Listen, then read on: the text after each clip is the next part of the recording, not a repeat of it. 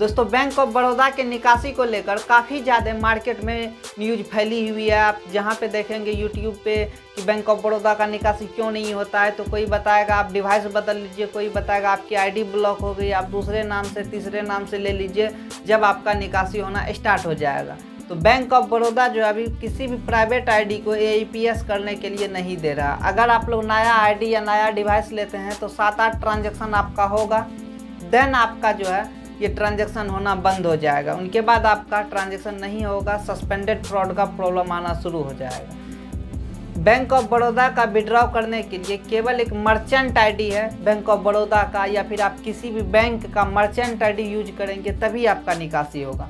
अब bank of Baroda ने merchant ID से ही क्यों निकासी करने के लिए दे रहा है, और आपको मर्चेंट आईडी कैसे सेल्फ रजिस्ट्रेशन करना है, आपको क्या क्या करना पड़ेगा, तो मैं आपको इस वीडियो में कंप्लीट जानकारी दूंगा। और साथ ही साथ ये भी मैं आपको बताऊंगा कि अगर कोई कस्टमर है जो कि रिटेलर भाई या सब्सक्राइबर लोग देख रहे हैं वीडियो को, वो अपने बैंक जाते हैं और वहाँ से आपको मर्चेंट आईडी नहीं दे रहा है, तो आपको कंप्लेन कैसे करना है। आप कंप्लेन करेंगे तो मैनेजर आपको कॉल करके फ़ोन करके बैंक में बुलाएंगे, उनके बाद आपको आईडी प्रोवाइड करेंगे। लेकिन इनके लिए एक छोटा सा क्राइटेरिया है, तो आप लोग इस वीडियो को अंत तक ज़रूर देखिए, मैं आपको कंप्लीट जानकारी देने वाला हूँ। बात कर लेते हैं बैंक ऑफ बड़ौदा की निकासी को। तो बैंक ऑफ बड़ौदा एक सरकारी बैंक है और ये चाहता है कि उनके कस्टमर के साथ फ्रॉड ना हो।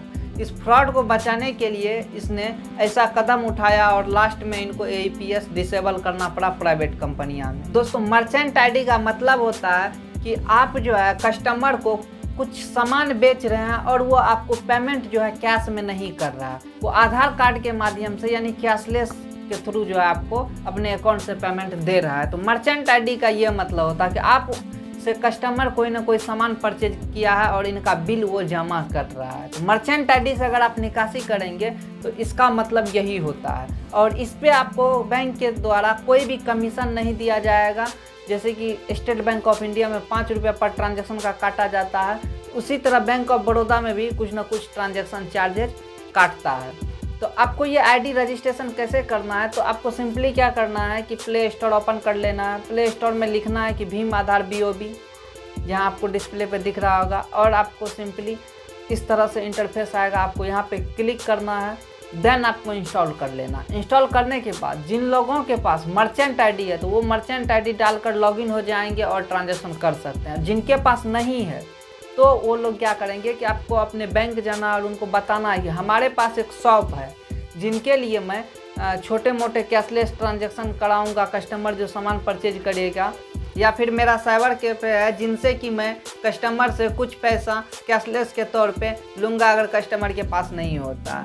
उनके बाद अगर आपका ये चालू नहीं करता है तो आपके पास जो है कुछ देखिए इनका एक क्राइटेरिया है, ये अगर पूरा होगा तभी आपको कंप्लेन करना है। इनके लिए आपके पास एक शॉप का होना ज़रूरी है। आपके पास शॉप रहेगा, उनके बाद अगर मान लीजिए कुछ बैंक मैनेजर ऐसे होते हैं जो नहीं आपको मर्चेंट आईडी एक्टिवेट करके देता है, तो आपको कंप्लेन करना है। तो कंप्लेन कहाँ करना है और कैसे करना है ये भी बताऊंगा। और साथ ही साथ एक बात ये भी समझ लीजिए कि अगर जो लोग नवयुवक बैंक मैनेजर है तो वो आपका साथ देगा, और जो लोग ज़्यादा एजेड हैं तो वो लोग क्या करते हैं, इन सभी चीज़ों में विश्वास नहीं रखते हैं, और वो जो है हम जैसे और आपके जैसे रिटेलर का कोई वैल्यू नहीं देता। इसी वजह से मामला फंस जाता है। अगर आपके पास कुछ ऐसा ही एजेंट या फिर आपके ब्रांच मैनेजर देने से मना कर देता है तो आपको सिंपली क्या करना है कि आप यहाँ देखिए डिस्प्ले पे आपको दिख रहा होगा कि ट्विटर पे बैंक ऑफ बड़ौदा को केवल टैग कर देना है कि मैं अपने नज़दीकी ब्रांच, और वहाँ पे ब्रांच का FSC कोड मेंशन कर देना है कि इस ब्रांच गया था, मर्चेंट आईडी के लिए हमारी एक शॉप है जहाँ पे मैं कुछ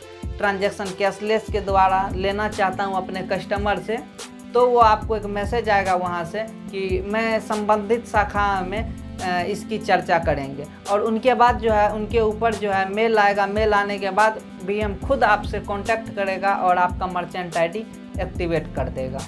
तो ये जानकारी आपको कैसा लगा, आप हमें कमेंट सेक्शन में कमेंट करके ज़रूर बताइए।